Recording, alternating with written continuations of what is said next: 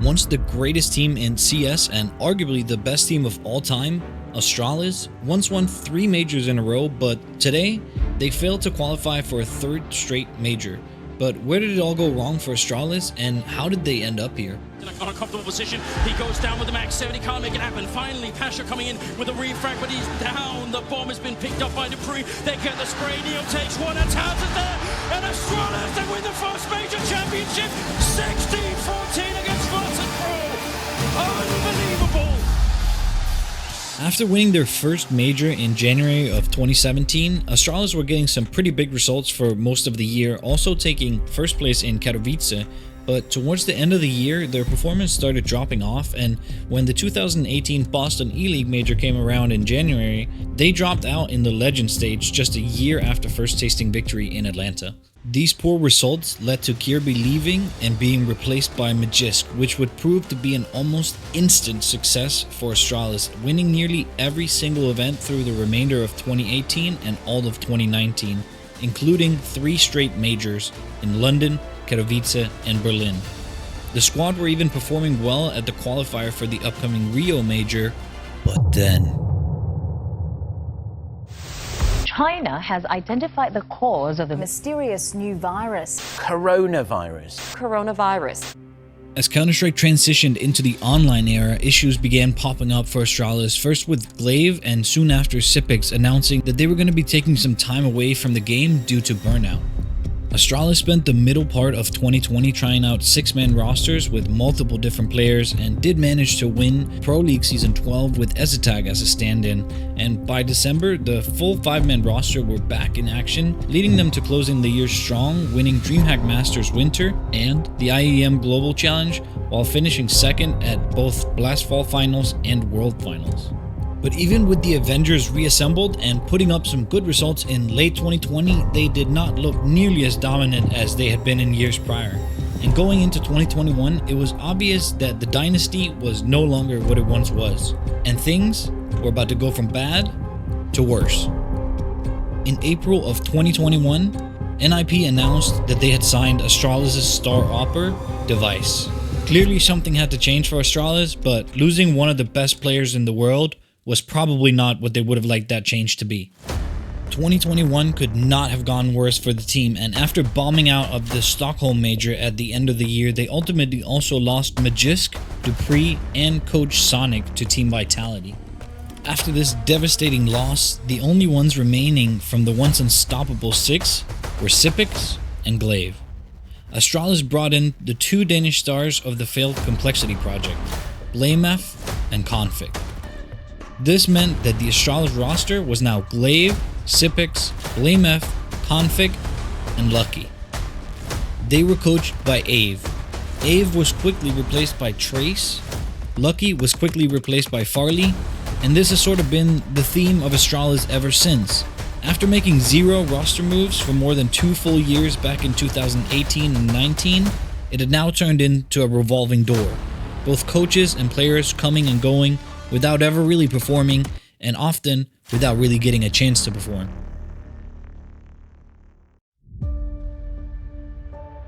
Blamef and Config were now the top performers of the roster, but that too suddenly came to an end after Config was released from the team near the end of 2023 under controversial circumstances.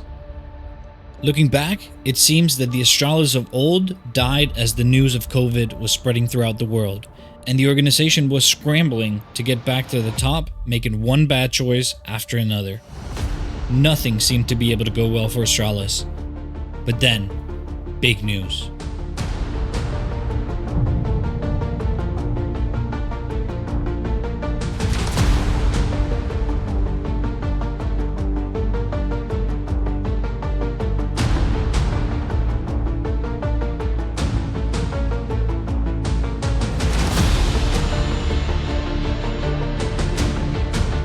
The King had returned, but Device had not played professional Counter-Strike for nearly a full year after being on leave from NIP since December of 21 for personal reasons. So, was Device still going to be the Device that we all knew and loved, or had he fallen off?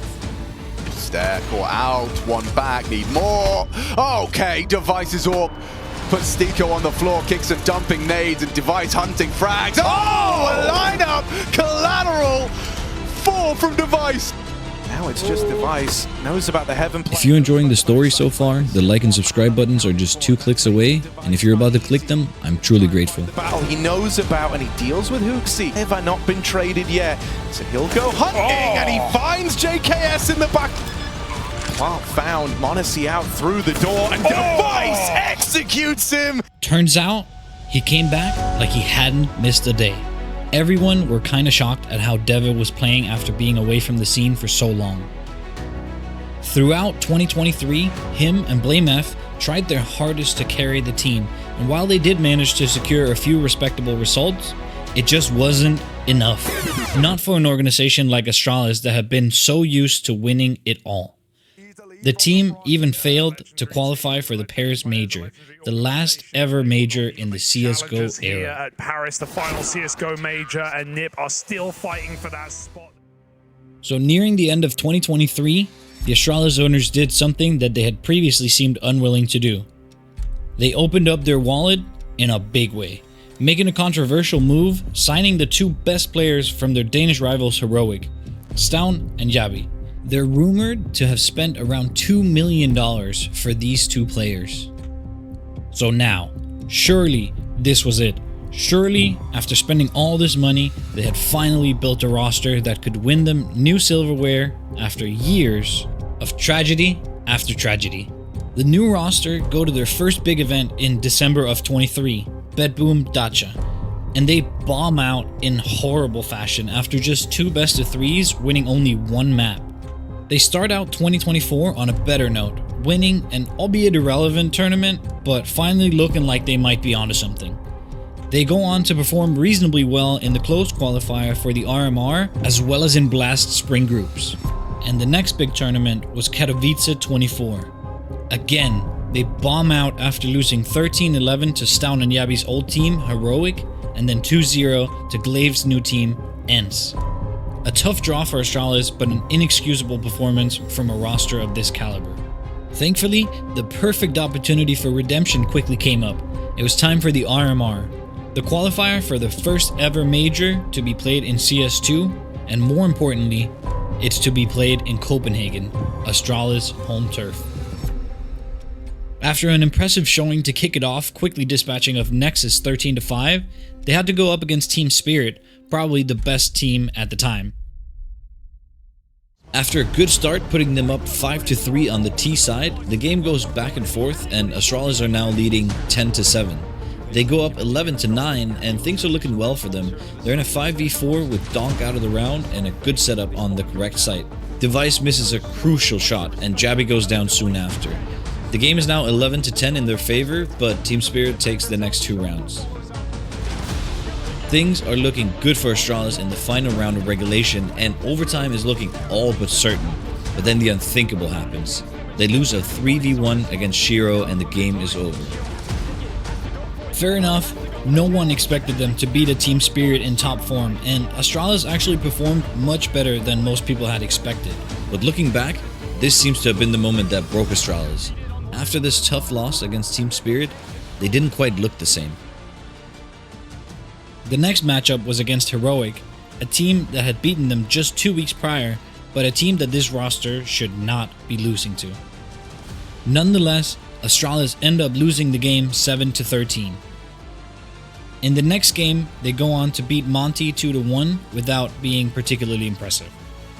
Now, for all the marbles, Astralis again face ENCE, another team that had just beaten them 2 weeks prior, and their old in-game leader, Glaive.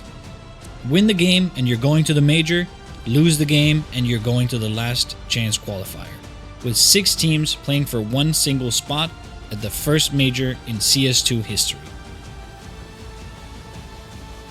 Astralis get decimated 16-6, 16-9, and will now have one last chance to qualify.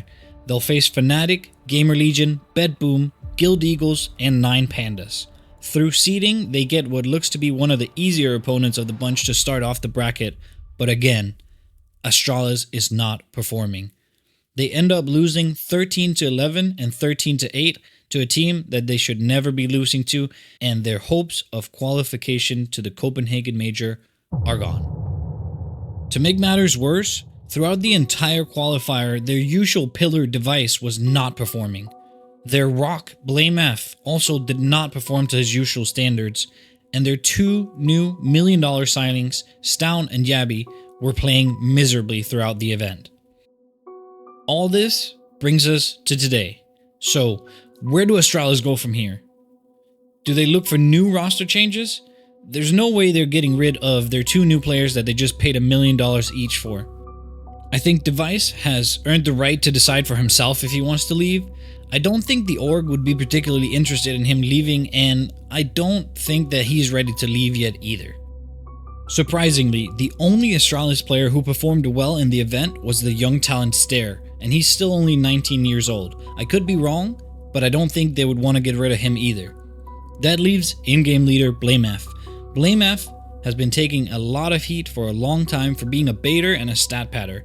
To some extent, rightly so, but in my opinion, especially in the last 6 months, barring the last event, Blame F has been playing extremely well and started getting way more impact. I think he's an exceptional player. The question is he a good IGL? And it's starting to look like maybe he's not, but to be fair, even when Glaive, arguably the greatest IGL of all time, was calling the shots, Astralis also seemed lost.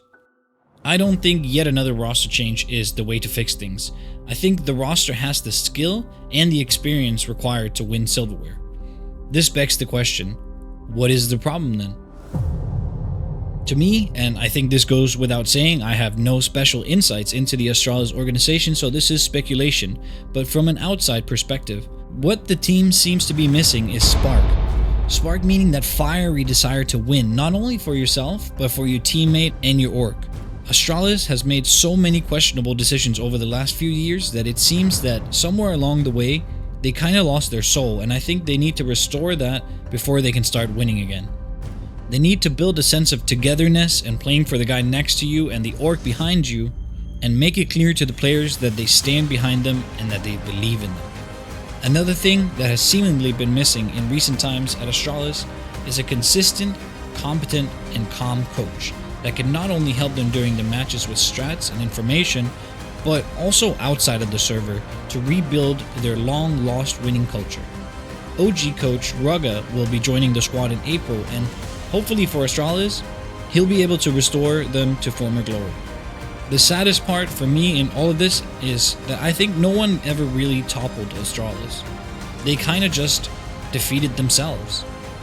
If you've enjoyed this story and you ever struggle with cold hands while gaming, please check out this video on how pros are solving that problem. That's it, I'm leaving, peace.